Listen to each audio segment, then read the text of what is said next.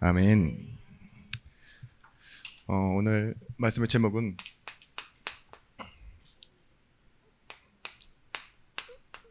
살리는 능력의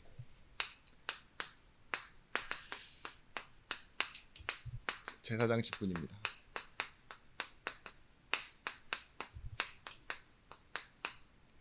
로마서 15장 14절에서부터 21절의 말씀. 우리가 강단 말씀에서 받았던 제목이죠. 복음의 은혜의 제사장 직분. 어떻게 누리고 계십니까?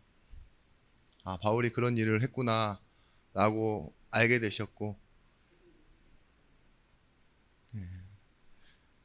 우리가 만인이 제사장 되어 나도 그와 같은 축복을 받았구나 알고 이렇게 응답받은 한 주간인 줄 믿습니다. 먼저는 우리가 먼저 알아야 될 말씀, 마태복음 6장 30절에서부터 33절의 말씀에 뭐라고 말하고 있습니까? 먼저 너희는 그의 나라와 그의 의를 구하라. 그리하면 이 모든 것을 너희에게 더하여 주시리라는, 여러분들이 아주 좋아하는 말씀이죠. 왜 좋아합니까? 네, 아주 양심적인 분이 앞에 계시는데, 이 양심적인 분이 따로는 왼쪽에도 계셨으면 좋겠어요. 오른쪽 왼쪽 번갈아 앉아 주십시오. 그래요. 그 모든 것 플러스 알파라는 말 때문에 그 말씀을 좋아해요. 근데 그래서 놓치는 말이 좀 있어요. 그것이 뭐냐? 우리가 가져야 되는 자부심 또는 책임과 같은 말들입니다. 이 말씀에 어떤 관점이 필요하냐? 책임을 가졌고 우리가 어떤 일을 수행해야 될 사람으로 이 말씀을 받으면 이 말씀의 내용은 더 깊이 다가오고 전혀 다른 내용으로 해석됩니다.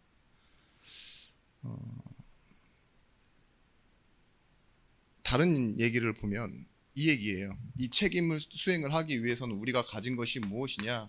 하나님이 주신 직분이라는 거예요. 지위. 내가 먹고 사는 일을 위하여서 모든 것을, 하나님 나라와 의를 구한다, 이 뜻이 아니잖아요. 먹는 것, 사는 것, 그것보다 더 앞선 너희가 해야 할 일이 있다 이거예요. 책임과 의무가. 그 입장에서 봐야 됩니다. 그 먹고 마시는 일을 위해 하나님이 내게 주신 것들이 있어요. 그것이 뭐냐? 나의 은혜예요. 그리고 기다리시는 것이 뭐냐? 나의 순종입니다. 이 두 가지가 중요해요. 은혜와 순종. 은혜를 받았기 때문에 하나님 앞에 뭐 할 수 있어요? 하나님을 알고 하나님을 영접하고 받아들이며 그 은혜를 풍성히 나타낼 수 있는 힘이 있어요. 그렇기 때문에 뭐예요? 그 은혜를 주시는 하나님께는 내가 충분히 순종할 수 있다고요. 여기서 뭐가 나오느냐? 성도, 하나님의 자녀죠. 복의 이유가 나오는 거예요. 내가 왜 복 받아야 됩니까?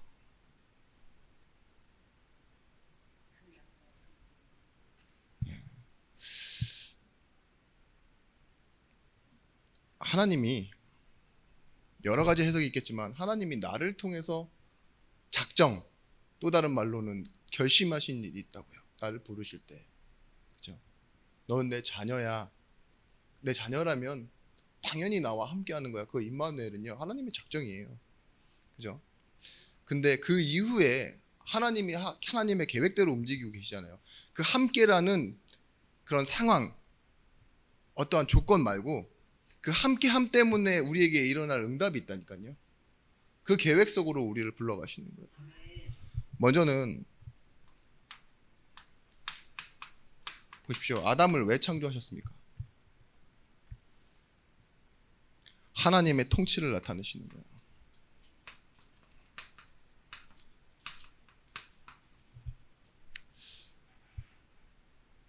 이 하나님의 통치와 결실을 누구에게 맡기셨습니까? 아담에게 맡기셨어요. 모든 걸 다 창조해 놓고 다스리는 건 누가 하라고요? 아담 보고 하라고. 그러면 아담이 살아있는 건 뭐예요? 결국은 하나님의 살아계심을 나타내는 증거가 아담이에요. 모든 자연계에 있는 동식물들, 생물들은요, 누구의 다스림을 받아요? 그 당시에? 정복하고 다스리라고 한 아담의 통치를 받는다니까요. 이 아담을 보고 뭐라 그러냐? 사실은 그리스도였다라고 얘기해야 돼요. 기름 부음 받음, 그 뜻이 뭐냐? 권세자의 대리인이잖아요. 그 기름 부음 받았다의 뜻을 메시아랑 연결시키면 뭐죠? 그리스도. 하나님이 이 땅을 구원하기 위해 기름 부음 받은 자로, 메시아로, 그리스도로 누굴 보내셨어요? 예수를 보내셨어요.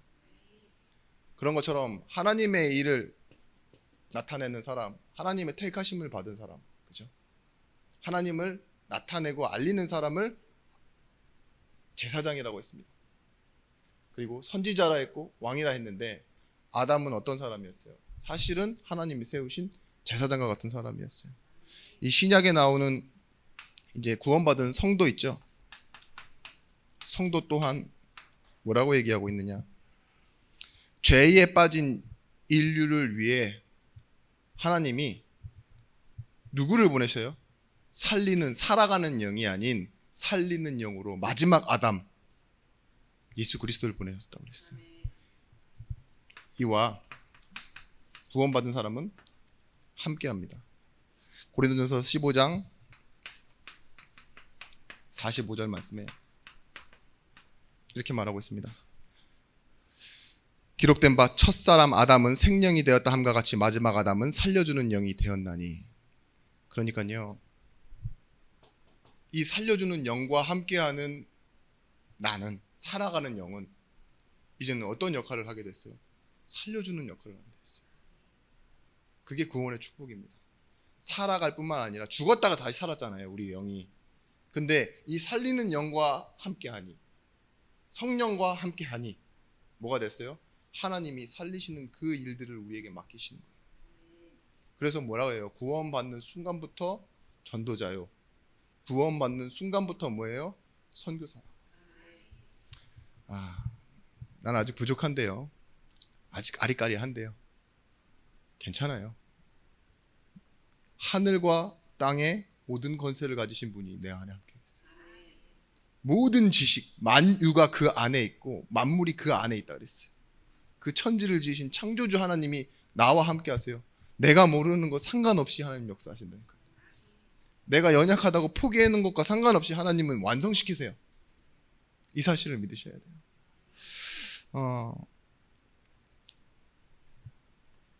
우리가 좀 이해할 때 애매한 것이 있어요. 그게 누구냐? 불순종의 대가, 드라마의 주인공 같은 사람이 아브라함을 하나님은 무엇으로 부르셨냐? 제사장으로 부르신 거예요, 사실. 창세기 12장 2절에서부터 3절 말씀, 그 말씀을 보시면 여러분 이해가 되실 거예요. 내가 너로 큰 민족을 이루고 내게 복을 주어 내 이름을 창대하게 하리니 너는 복이 될지라. 이전 성경에서는 뭐라고 했죠? 복의 근원이 될지라. 너를 축복하는 자에게는 내가 복을 내리고 너를 저주하는 자에게는 내가 저주하리니 땅의 모든 축복이 너로 말미암아, 족속이 너로 말미암아 복을 얻을 것이라. 여러분, 제사장의 축복은 뭐냐? 죄의 문제를 해결하는 거예요. 그리고 뭐예요? 그 해결된 그곳에 하나님의 축복이 임하게 하는 것이 뭐예요? 복의 근원이에요. 죄가 있어서 하나님 앞으로 나오지 못하는 그 사람들이 뭐 했어요? 재물을 들고 나아오잖아요. 그리고 뭐예요? 제사장을 통해서 그 죄의 문제를 대속하고 뭐예요? 죄 문제를 해결받아요. 근데 이게 신약으로 넘어와서 어떻게 되죠? 그냥 단번, 여러 번 횟수에 영향받는 것이 아니에요. 영단번, 한 번이지만 영원한 문제를 끝내고 예수 그리스도를 통해서 뭐예요? 영원한 문제를 해결받았어요. 그게 뭐예요? 하나님 앞으로 나아가지 못하는 문제. 그 문제 해결받고 나니까 뭐예요? 하나님과 함께하는 존재가 됐잖아요. 아브라함은요, 그래서 해야 되는 것이 무엇이냐?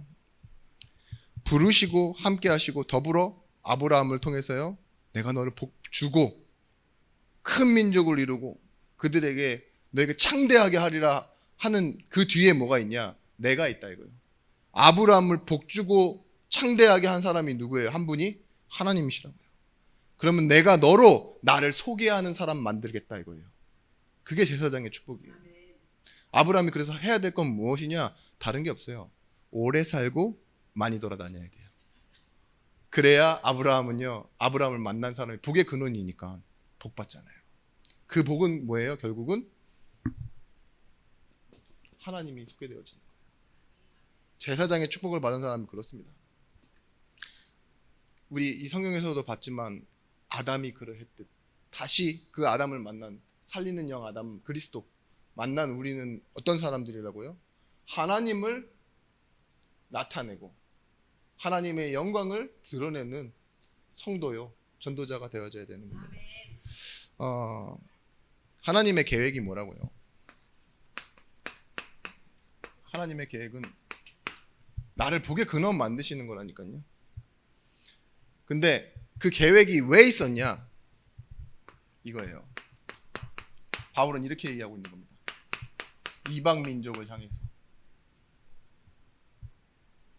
아브라함이 왜 복을 받아야 되느냐? 너로 인해 다른 사람들이 복 받아야 되기 때문에. 그러면 하나님의 이 목적과 이 언약으로 주신 이 목표를 이루기 위해 사이에 있는 것이 뭐냐? 복이에요, 복.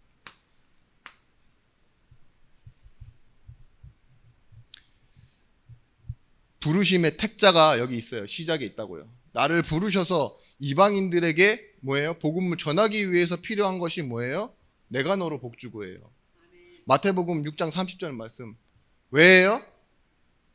먼저 네가 그의 나라와 그의 의 뜻이 무엇인지 구하라. 그리하면 이 모든 것은 더하여 주신다는 거예요. 근데 우리는 플러스 알파에만 관심이 있잖아요. 여러분 부르심의 이유를 놓치면 어떻게 되느냐? 성경에 있었던 일들이 일어나는 겁니다. 분명히 하나님은 이방 민족에게 복음을 전하라고 이스라엘 백성들을 택했는데 그 언약을 주셨단 말이에요. 근데 그 언약을 잃어버리면 어떻게 돼요? 아무리 풍성하고 강대한 국가가 된 것처럼 보여도요, 곧 포로됐어요. 가진 게 아니란 말이죠.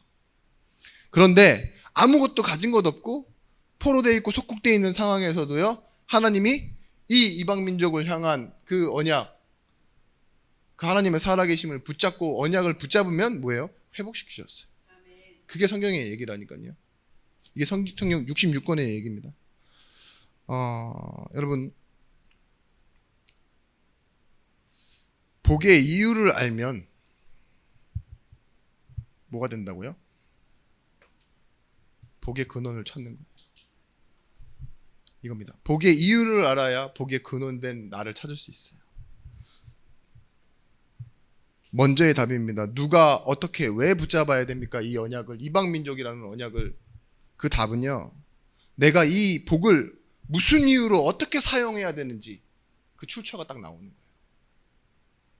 복 받기 위해서 내가 이방 민족을 붙잡는 게 아닙니다. 이방 민족에게 복음을 전하기 위해 필요한 게 하나님이 함께 하시는 복이에요. 여기서 말하는 복은 소유된 복이 아니에요. 내가 가진 것이 아니에요. 상태라니까요. 시냇가에 심은 나무처럼 되는 거죠. 그 상태예요. 기근이 오고 뭐 말라가는 그런 세월 시절이 온다 할지라도 뿌리가 마르지 않는 이유는 뭐예요? 하나님이 옮겨서 심어 놓으셨으니까. 그죠? 그런 것처럼 우리에게는요, 성도에게 하나님 주신 능력과 힘이 있습니다. 그걸 보고 뭐라 그러느냐? 권세라고 합니다. 이 권세는 어디서만 나오느냐? 복음을 전할 때 나오는 것이 권세예요. 물론 세상에도요, 이 권세 가진 사람들이 많아요. 잠시 있는 권세. 근데 하나님 뭐라고 그랬습니까? 권세자도 모르는 지혜를 우리에게 주셨다고.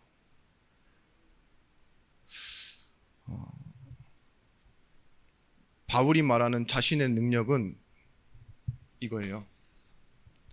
권세. 성경이 분명히 말하고 있습니다. 나를 이방인의 제사장으로 만든 것은 은혜라고 말하고 있어요. 몇 절이죠? 16절 말씀입니다. 이 은혜는 곧 나로 이방인을 위하여 그리스도 예수의 일꾼이 되어 은혜가 나를 뭐라고요? 이방인을 위한 그리스도 예수의 일꾼이 되게끔 만들었대요. 수행과 공로와 노력으로, 내가 자원해서가 아니라 임명받거나 아니면 누군가 나에게 승계해줘서가 아니라, 내가 되고 싶어 내가 된 게 아니라 하나님이 나를, 하나님의 은혜가 나를 이렇게 불러 세우셨다는 거예요. 그게 내 힘이라는 거죠. 여러분, 언약 없는데도 사람들은 많은 걸 갖고 있어요. 지식, 명예, 뭐 자리, 이런 것들 있죠. 그게 뭐라고 그러는지 아십니까? nothing이라고 합니다. 아무것도 아니에요. 살아가다 보면 그런 거 가질 수도 있고 없을 수도 있어요. 아무것도 아니에요. 진짜 힘은 뭐냐? 권세예요. 사람 살리는 힘은. 아무것도 없어요. 오히려 부족함만 있어요. 나에겐 슬픔이 가득하고 상처만 많아요. 언약 붙잡으면 그게 뭐가 됩니까? 세계복음화를 향해 나아가는 발판이 되어지는 거예요. 그게 모세였고, 그게 요셉이었고, 그게 다윗이었습니다. 하나님의 손에 어떻게 붙잡히느냐? 노인 모세 손에 붙잡힌 그 지팡이 하나가요, 뭐가 됐어요? 광야길에서 그 성도들을 인도하는 쥐봉이 됐잖아요. 그 도망자의, 그 늙은이의 손에 붙잡혔다 할지라도 그 늙은이의 인생이 누구에게 붙잡혀 있어요? 하나님 앞에. 그런 것처럼 그런 힘을 보고 뭐라 그러냐? 권세라고 합니다. 여러분, 여기서 중요한 단어,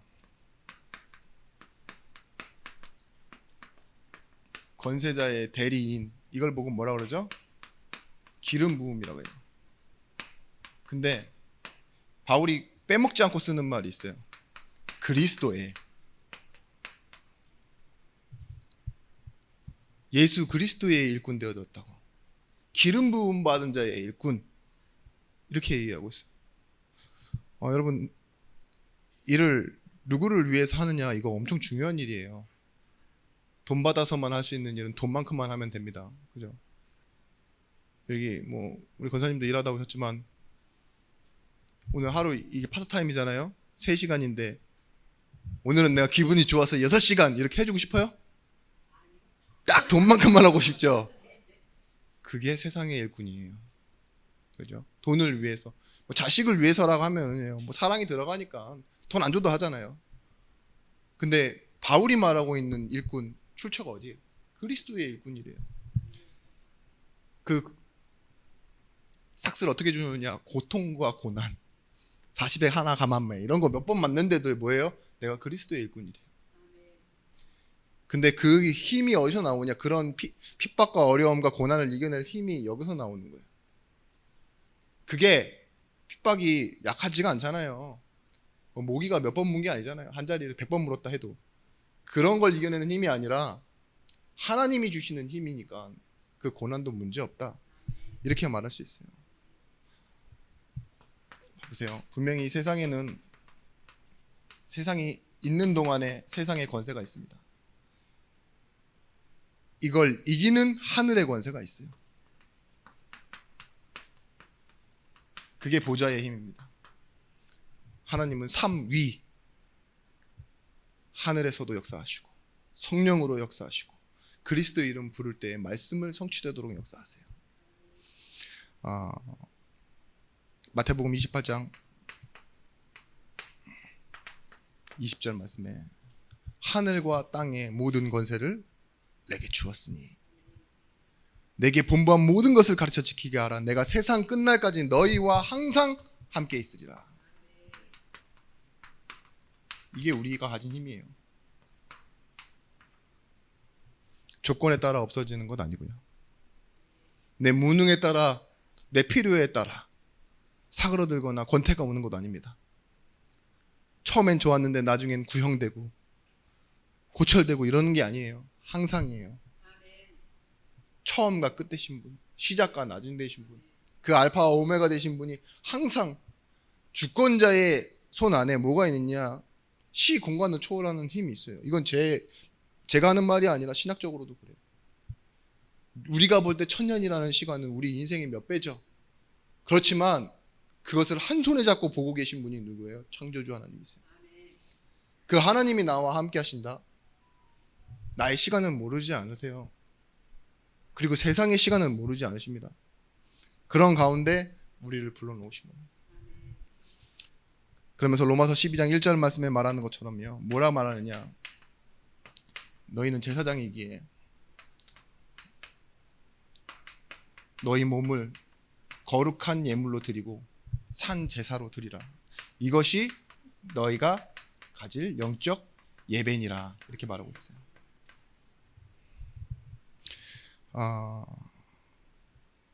본질이 뭐냐? 여러분, 우리의 삶이에요. 삶. 너희 몸을, 이 말은 우리의 일상을 말합니다. 이것이 예배가 되어져야 돼요. 제사장은. 여러분, 그 수요일, 금요일, 주일 예배 하시죠? 그 예배가 뭐예요? 공예배라고 하는데, 그건 교회 안에서 말씀 듣는 예배입니다. 물론 영적 예배가 아니다라는 말은 아니지만, 그런데 우리가 출애굽기 7장에 나와 있는 말씀 보시면 이해하실 거예요. 그 이스라엘 백성들이 왜 피 바르고 광야로 나아가냐? 바로가 설득을 해요.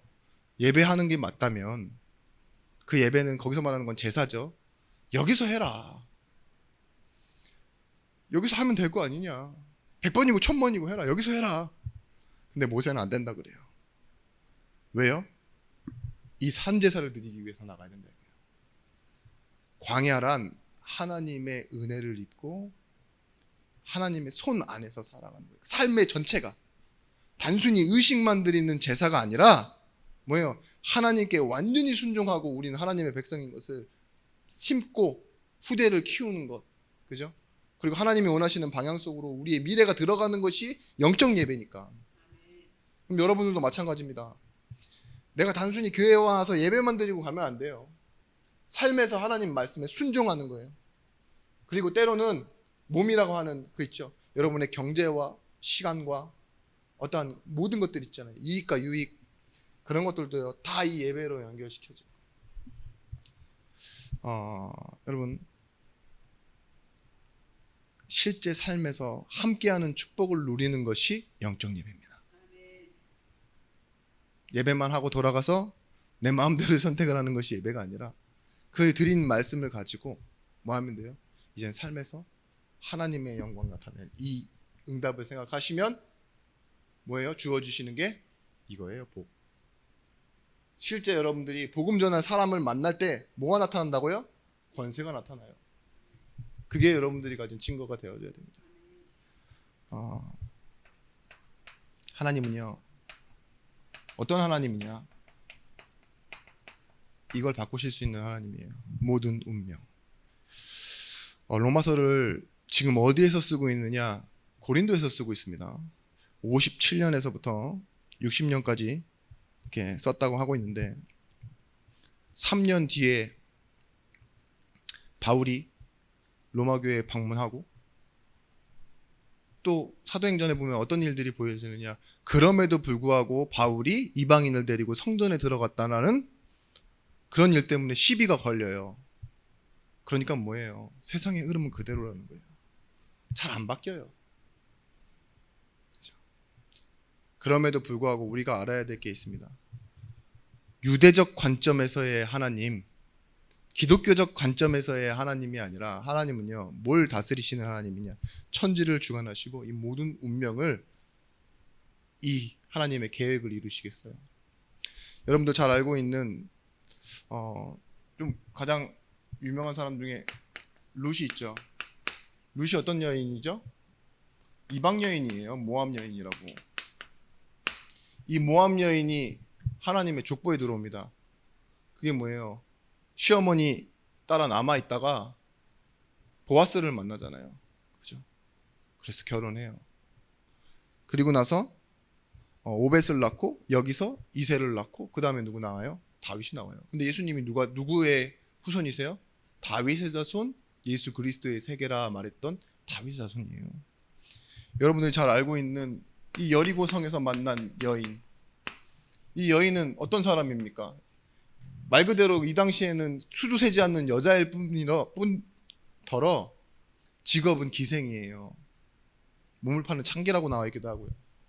근데 그런 여인도요, 누구를 만나요? 복을 만나요. 자기에게 쳐들어온 적이 아니에요. 제사장적 축복을 가고 있는 이스라엘 민족을 만난 거예요. 그 앞에 붉은 줄을 내어놓고 하니까 뭐가 바뀌어요? 운명이 바뀝니다. 우리의 현장에 이런 사람이 기다립니다. 바울은 지금 이 편지를 쓰는 이유가 뭐냐? 서바나로 가기 위해서, 그죠? 아직 가보지 않은 교회지만 그 교회에 편지하고 있는데, 이 편지하는 일 때문에 뭐예요? 어떤 일들이 일어나느냐? 이 로마 교회의 운명이 바뀌는 일이 일어나요. 뿐만 아니라 우리 인생 역사에는 어떤 일들이 일어났죠?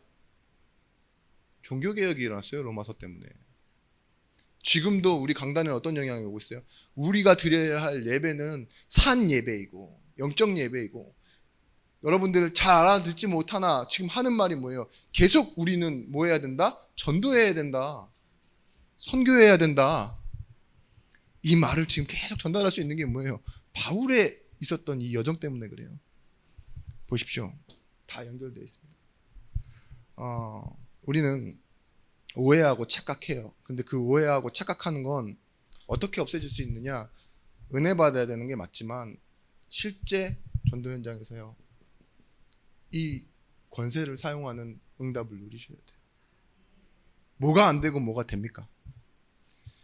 26절 말씀에 이 은혜는 나로 이방인을 위하여 일꾼 삼으셨다 이랬어요. 이방인을 위한 일꾼. 그리스도의 일꾼이라고 나와 있죠. 그러면서 뭐예요? 내가 이 글을 쓰는 이유는 다시 생각나게 하기 위함이다. 여러분, 여러분의 생각, 말씀이 어디서 기억나야 되느냐? 자꾸 내가 뭐가 안 되고 되고를 생각하지 마시고, 그럼에도 나는 하나님의 자녀요, 이 신분을 생각하시며 전도 현장을 생각하셔야 돼요. 그 안에 여러분 치유가 있어요. 여러분에 대한 치유가.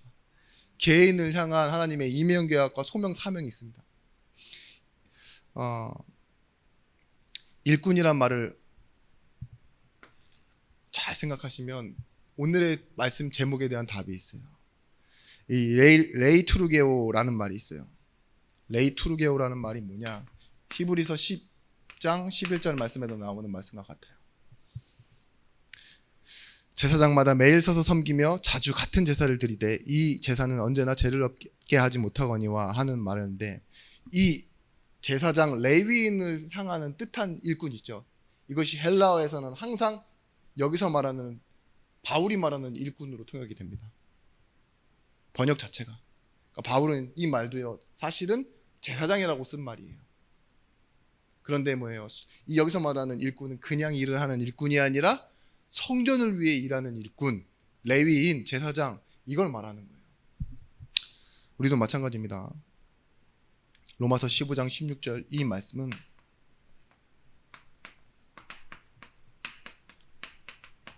우리가 하나님의 제사장이다 하는 종교개혁의 근본이 되었습니다. 우리가 그냥 이렇게 눈으로 읽고 지나간 말이죠. 근데 여러분들이 그래요. 여러분들이 교회 안에서 예배하고 집으로 돌아가서 예배하고 일터에서 예배하는 거 있죠. 그게 뭐예요? 죄를 없애는 거예요. 사람들의 운명을 바꾸는 일 있죠. 미래를 바꾸는 일을 하는 거예요. 다른 말로는 무엇이냐? 이겁니다.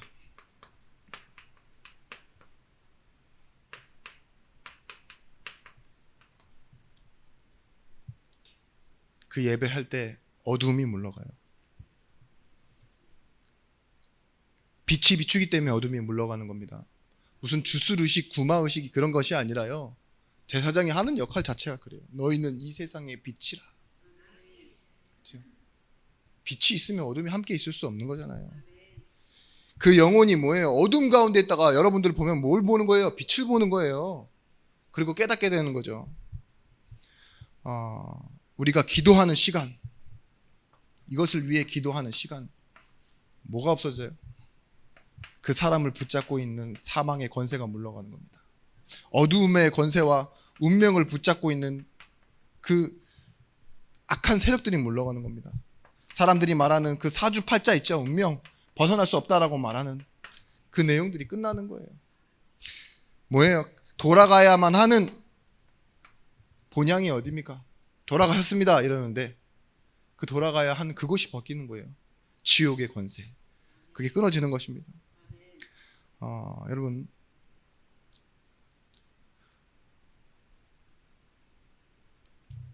우리가 좀 놓치는데 하나님이 왜 우리를 왕과 같은 제사장으로 삼으셨다고 그랬냐? 왕은 어떤 사람이에요? 사실은 우리의 인생의 왕은 예수 그리스도라고 해요. 요한일서 3장 8절 말씀에 하나님의 아들이 나타나신 것은 마귀의 일을 멸하려 하심이라 했어요. 공중권세 잡은 자를 꺾어내 버리시는 거예요. 근데 그걸 나타내는 역할을 우리가 하기 때문에 그렇습니다. 근데 하나님이 은혜와 사랑과 은총을 주시는 하나님인데 그 일을 누구를 통해서 하시겠다고요? 나를 통해서. 골로새서 3장 15절 말씀.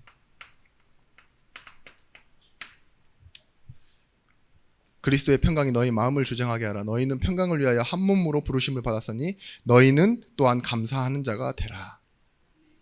보세요. 아담과 하와가 죄를 짓고 어떻게 됐어요? 왕과 같이 떠돌던 다스리던 그 땅을 나무 뒤에 숨어서 뭐예요? 여호와의 말씀이 거니는 걸 숨어서 두려워했다 그러잖아요. 이제는 아닙니다. 우리가 가는 곳에 당연히 하나님의 말씀이 있어요.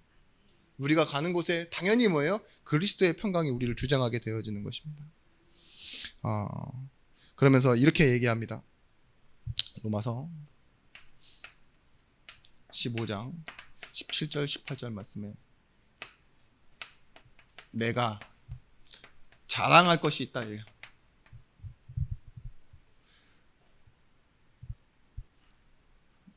내가 자랑하는 건 무엇이냐?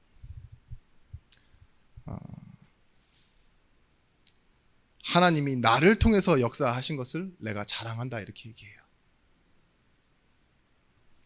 그 말은 뭐예요? 내가 어디서 얻은 것이 아니라 종교와 다른 것입니다. 희생하고 수행하고 공로 쌓고 뭐 진심이었다 이런 것들이 아니라요. 은혜로 부르심으로 세우심으로 말미암아 내가 보냄 받아 뭐예요? 내게 행하신 일로 말미암아 내가 자랑한다. 이 말을 다른 말로 뭐라고 하죠? 증인이라고 합니다. 내게 행하신 일로 말미암아 내가 보았기에 내가 알았기에 내가 직접 그 자리에 있었기에 증인이 되어줄 수 있는 거죠. 우리가 행해야 될 것은요 뭐냐, 이 은혜로 부르신 것 그리고 그 은혜로 불러서 우리에게 알려주신 것 이것을 자랑하는 겁니다. 앞으로 우리에게 어떤 응답이 올 것이냐,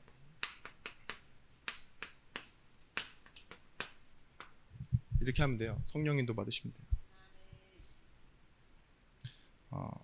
그러면 어떤 일들이 일어나냐, 하나님이 표적과 기사를 주신다고 했습니다. 표적은 뭐냐?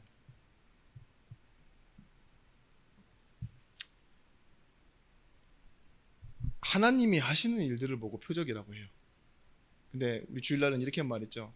두 가지 있다고. 표적에는 하나님의 사람이라는 증거로, 그리고 하나님의 사람이 결국 하나님의 말씀을 증언한다는 증거로 나타나는 기적을 표적이라고 했고, 기사는 그냥 일어나는 기적인데 뭐예요? 결과적인 거예요. 사실은 사람들이 우와 하고 놀라는 상황을 보고 결과적으로 기사라고 했어요. 앞에 막 정말 막 많은 일들이 일어나는데, 큰 일들이 일어나는데 사람들은 무덤덤해요. 그럼 그건 기사는 아니에요. 그냥 대충이지. 뭐예요? 이 일로 인해서 하나님들이 사람들을 놀래게 하고 기쁘게 하는 일도 일어납니다. 마치 다윗이 찬양할 때요, 악신이 떠나갔어요. 그러면 다윗이 가지고 있는 그게 개인의 능력입니까? 어떠한 찬양의 힘입니까? 사람들 그렇게 얘기하는데요, 사실은 이거 부분이에요. 캠프예요, 캠프. 하나님의 영광이 다윗이 찬양할 때 임하는 거예요. 그러면 뭐예요? 어둠이 역사할 수 없잖아요. 흑암은 물러가는 겁니다. 근데 뭐예요? 다윗이 가니까 뭐예요? 다시 사울은 악신 들린 사람처럼, 미친 사람처럼 온정신이 안 되게 살죠. 그래요. 우리는 뭐예요?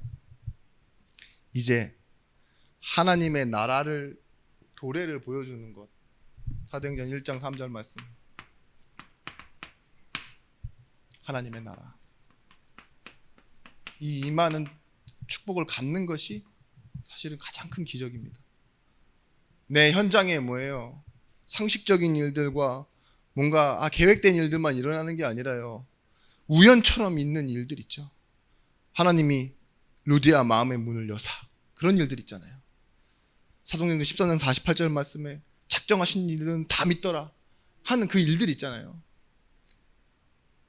그 사람이 어떻게 살아왔는데 우리의 계획과 상관없이 하나님이 하시는 일들이 일어나는 거예요. 그래서요. 이때 어떠한 일들이 일어나느냐. 종교 이것을 바꾸는 종교를 오히려 회복시키는 개혁이 일어나기 시작하는 것입니다. 보세요. 누구에게나 누구든지죠. 주 예수의 이름을 부르면 뭐 한다 그랬어요? 구원을 받는다 그랬어요. 이렇게 쉬운 게 어디 있습니까? 근데 하나님이요. 이 안에 이 축복을 받았어요. 함께. 구원 받았다는 건 모든 것을 다 받은 건데 여러분들 지금 이거 모든 것을 다 가지고 가는 거예요. 부족함이 없습니다. 그래서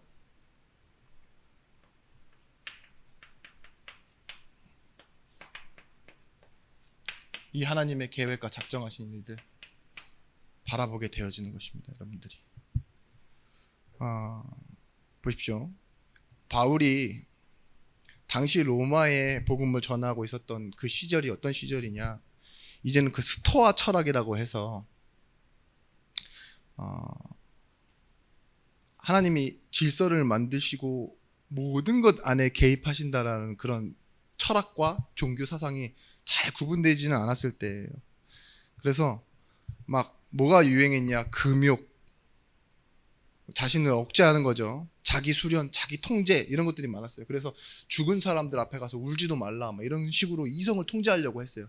근데 이게 허물어져 가는 시대 있죠. 그러면서 뭐예요? 신앙이 개인화되기 시작했어요. 그러고 나니까 어떤 일들이 발생하느냐. 로마의 큰 문명을 보고 나니까 그래 정치와 권세와 이런 것이 힘이 있지. 이러고 나니까 사람 마음에 허무함이 드는 거예요. 철학에 대한 허무함, 종교에 대한 허무감. 그래서 나 마음속에 어떤 일들이 일어나느냐. 신비주의 체험하는 거 있죠. 하나님 만나고 싶어하는 거. 특별한 일들이 일어나는 거. 그런 일들을 바라보고 있었던 그런 시대입니다. 그래서 사람들이 어땠냐. 허무하니까 원형 경기장에서요. 사람이 사람을 막 칼로 찔러 죽이는 거 보면서 환호하고 이랬다니까요. 로마 시대가 그래요. 지금도 별로 다를 게 없습니다. 교회 침체 시대예요. 교회가 침체되면요. 어떤 영적인 오염 문제가 일어나느냐. 막 목회자의 윤리 문제도 막 들어 올라오고, 그죠? 막 성비위 문제, 돈 문제, 막 이러다 보니까 뭐예요? 똑같이 성도들은요, 개인주의로 빠져요. 그러다 보면 뭐가 생기죠? 신비주의가 생겨요, 마음속에. 지금 여기 계신 분들도 자기도 모르는 신비주의가 좀 있다니까요. 그게 뭐예요? 내가 하나님을 기쁘게 하기 위해서 조금이라도 말씀과는 다른, 그죠? 이런 캠프와 제사장적 축복과는 다른 나만의 하나님께 뭔가 하고 싶은 있죠. 쥐어짜면서라도 막 복권집 앞에서 막 한 10시간씩 기도하고 막 이런 것만 신비주의는 아닙니다. 1분을 기도해도 좀 약간 덜한 신비주의인데 그런 게 있다니까요. 뭐 사람한테 맡기면서 사고가 없게 하소서 막 이런 기도를 왜 하게 될까요? 전체를 하나님 못 보기, 전체를 성도가 못 보기 때문에 그렇기도 한데, 여러분 이런 사람들에게 복음을 주고 답을 주는 사람이 어떤 사람이냐? 제사장적 축복을 받는 사람이에요. 바울은 다 알고 있었어요. 이거 중요한 거 아니에요. 표적과 기사. 이거 종교 생활 내지는 막 하나님의 계획 모르면요. 이방인을 향한 사도로 나를 부르셨다는 건 모르면요. 고난이 조금만 와도, 불편함이 조금만 와도 어떻게 돼요? 뭘로 치게 되느냐? 하늘과 땅의 모든 것을, 이 모든 것을 너희에게 더하여 주시리라고 했던 그 제사장적 지위와 축복을 놓치고 살아가게 돼요. 그래서요, 여러분 인생에 뭐가 있어야 되느냐? 여러분의 시간, 여러분의 모든 만남에 하나님의 일하시는 기름 부음이 있어야 돼요. 여러분 이거 놓고 기도해 주세요. 하나님, 이 가정에서, 우리 교회에서 나에게 기름 부은 축복을 주옵소서. 이 말은 뭘까요? 하나님, 나를 사용해 주세요, 이거예요. 여러분, 이렇게 많은 교인들이 있습니다. 수많은 교회와 수많은 사람들이 살아갑니다. 그 가운데 내게 기름 부음의 축복을 허락해 주세요. 이 말은 뭘까요? 지금 현 시대에 이 한나가 구했던 있죠, 나실인처럼 나를 거룩하게 구별해 주십시오. 하나님의 증거로 사용해 주십시오. 이 말과 같은 말입니다. 기름 부음의 축복은 어떤 것이냐? 그렇게 넓게도 사용할 수 있지만 선지자적 축복이에요. 그리스도가 선지자장이네요. 여기에서 하나님이 원하시는 나의 길과 업이 발견되어지도록, 나는 이걸 하면 살겠습니다 하는, 그러면 뭐가 나오느냐? 이 나의 길을 바라보는 나를 부르신 이유, 소명이 현장에서 발견되어지게 돼 있어요. 하나님, 나를 위해서 이 일을 위해서 나를 보내셨구나. 문제 있으십니까? 이걸 생각하세요. 내 길 대신 하나님께서 나를 위해 예비하신 길로 가게 해달라고. 여기에 결단도 하시고 기도하는 걸 보고 진짜 기도한다 하는 겁니다. 뭐 원하는 것만, 바라는 것만 구하는 게 기도가 아니에요. 하나님께 계속 질문하는 것도 좋지만 그 질문의 구체성이 이쪽을 향해 가야 돼요. 나는 제사장이기 때문에. 운명의 길이 아닙니다. 오직의 길, 영원하는 길. 그래서 여러분들은 이 제사장적 축복, 이 안에서 뭘 찾아야 되느냐? 나의 끝을 찾아내셔야 돼요. 그 말은 뭐냐? 사명입니다. 내가 자꾸 끊임없이 비판당하고 또 끊임없이 내가 정죄를 해요. 저건 아니다, 저건 맞다, 무엇이 옳다, 무엇이 좋다. 계속 우리는 어쩔 수 없이 이 사람을 계급으로 보고 어떤 사람을 어떤 등급으로 본다니까요. 저 사람은 괜찮은 사람, 안 괜찮은 사람, 많이 가진 사람, 좀 없는 사람, 막 이런 식으로 있죠. 그런 마음에 막 무시하는 선들이 너무 많아요. 존경하는 선도 많고. 그건 뭐가 안 발견돼서 그러냐? 내가 제사장으로서요, 나의 끝을 모르기 때문에 그래요. 나는 무엇으로 살다가 무엇으로 갑니까? 이 사명이에요. 여러분, 이게 많이 발견되어질 수 있도록 있는 사람이면요, 저 얼굴 보지 못한 어떤 나라의 어떠한 현장에 사는 사람을 위해서도 전 재산을 내놓을 수 있어요. 그런 사람들이 실제 있어요. 그 나라가 우리나라였습니다. 대상으로. 언더우드 선교사님이 어떻게 우리나라에 왔습니까? 그죠? 아펜젤러 선교사님이 어떻게 우리나라에 왔냐고요. 그 어린 20대 선교사님들이 왜 우리나라에서 칼을 맞고 죽고 설사하다 죽었습니까? 이 축복, 나의 끝을 찾아냈기 때문에. 여러분, 본업이라고 하죠. 여러분들의 본업은 뭐예요? 전도자예요. 오늘 말씀 들을 때 뭘 생각하고 돌아가셔야 되느냐? 나는 전도자. 뭘 많이 가질 필요도 없어요. 하나님의 힘으로 사니까. 뭘 많이 알아야 되는 것도 아니에요. 끊임없는 비판과 정죄에 상처를 많이 받았어요. 나는 끝낼 수 있어요. 내 안에서. 나는 내가 죽었어요. 그리스도 안에서. 갈라디아 2장 20절. 내가 그리스도와 함께 십자가에 못 박혔나니 그런즉 이제는 내가 산 것이 아니요 내가 제물되어 내가 죽었다니까요. 그리스도와 함께 죽었다니까요. 그리고 다시 부활했습니다. 새 인생이 시작되어지는 것, 사명. 마지막으로 여러분들은 베드로전서 2장 9절 말씀처럼 왕 같은 제사장입니다. 왕. 이 말은 뭐예요? 여러분들이 실제 누려야 될 힘은 신분과 권세예요. 사도행전 1장 8절 말씀에 뭐라 했습니까?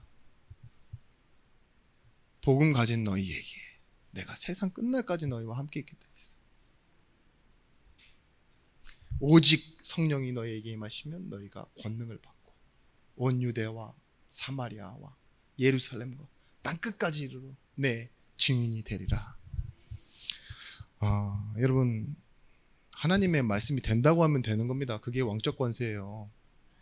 내가 안 된다고 하지 마십시오. 제한하지 마시라고요. 그걸 믿고 살아가는 게 왕처럼 살아가는 겁니다. 우리의 가정과 교회는 어디에 성취 속에 있습니까? 하나님의 말씀의 성취 속에 있는 교회와 가정이에요. 그걸 믿고 살아가는 겁니다. 여러분, 우리는 이 세 가지 직분을 보고 뭐라 합니까? 기름 부음 받은 자, 그리스도. 그분의 이름 예수. 이 예수 그리스도 이름 부르면 승리하는 거예요. 더 깊어져 가야 돼요. 막 주문처럼 예수 그리스도가 아니라 제사장으로서 예수 그리스도 이름 부르셔야 돼요. 제사장의 이름으로서 여러분 뭐 하면 되느냐? 현장 가서 손 대세요. 발로 밟고 눈으로 보고 손 대는 거예요. 뭐가 깃들어요? 지금 나와 함께 하시는 하나님의 축복이 깃드는 거예요. 어디 흔하게 파는 그 상품 물건 이런 거에도요, 예수의 이름으로 하세요. 병든 자에게 손을 댄 즉 나은다 이랬어요. 그게 치유의 은사긴 하지만 여러분 그런 걸 바라지 않으셔도 내가 아픈 데 있으면 거기다 손 대시라니까요. 예수 그리스도 이름으로. 안 되는 문제 거기다가 뭘 담으셔야 돼요? 하나님의 계획을 담는 기도를 하셔야죠. 경제 문제, 사람 문제, 갈등 다 뭐예요? 예수 그리스도. 이 예수 그리스도의 다른 말이 뭡니까? 지금 현대화된 우리의 말로 의역하면 모든 문제 해결자. 이 모든 문제는 어떤 문제였어요? 사실은 창세기 3장에 하나님 떠난 문제가 모든 문제였는데 이 문제 하나 해결하셨잖아요. 근데 이 문제 하나 해결했는데 어떤 문제가 해결되었다고 말합니까? 모든 문제 해결되었대요. 그러면 모든 문제는 뭐예요? 하나님 떠나 있는 문제가 모든 문제예요. 이걸 하나로 이 문제가 해결됐습니다. 다시 하나님 만난 거면 다 끝난 겁니다. 창세기 3장 문제가 어떤 문제를 했어요? 문제가 어떤 문제인지 모르는 문제, 원죄. 근데 문제가 문제되지 않는 것, 그게 뭐예요? 실제 문제라 할지라도요, 구원이라 했잖아요. 이 예수 그리스도의 구원, 이 축복을요, 확신으로 누리시기 바랍니다. 구원의 확신. 구원받은 나는 인도받는다. 인도받는데 기도하면 된다. 기도 응답의 확신. 내 문제는 다 끝났다. 기도하면서 확인이 돼요. 사죄의 확신. 그러면 뭐예요? 다 끝난 이 문제를 가지고 하나님은 나에게 뭘 주세요? 사람을, 승리를, 영광을. 그래서 승리의 확신. 그 5가지 확신을 가는 거예요. 오늘도 현장 돌아가서 바로 시작되어지는 이 축복을 누리시기 바랍니다. 제사장은 어떤 사람이에요? 살리는 능력의 제사장. 나를 먼저 살리는 그 힘을 가지시고 세상과 현장을 향한 도전을 시작하는 기도를 시작하시는 성도들이 되시길 바랍니다. 기도하겠습니다. 하나님, 우리 예준교회가 기름 부음 받은 성도들의 축복을 누리기 원합니다. 하나님이 전도 현장에서 사용하시는 그 성령의 인도받는 발걸음을 우리 성도들이 걷게 하시고 우리 예준교회 강단 또한 하나님이 영혼을 살리기 위해 계속 전도를 말하고 선교를 말하는 강단으로 사용하여 주시옵소서. 하나님의 마음을 기쁘시게 하는 강단, 그 말씀을 가지고 현장에서 실제 누리며 승리하는 성도, 그리고 실제로 이 응답이 후대에게 전달되어져서 선교를 꿈꾸는 교회 되어질 수 있도록 역사하여 주시옵소서. 이제는 만왕의 왕이 되신 예수 그리스도의 크신 은혜와 독생자를 주신 하나님의 사랑과 성령 하나님의 감화 감동 내주의로 충만 공급 역사하심이 오늘 말씀 가지고 돌아가는 우리 예준교회의 제사장의 축복을 가진 모든 성도들의 발걸음 위에 삶의 현장에서 실제 제물이 되어지고 응답이 되어질 그 많은 예비된 영혼들 위에 이제로부터 영원토록 함께 있을지어다. 아멘.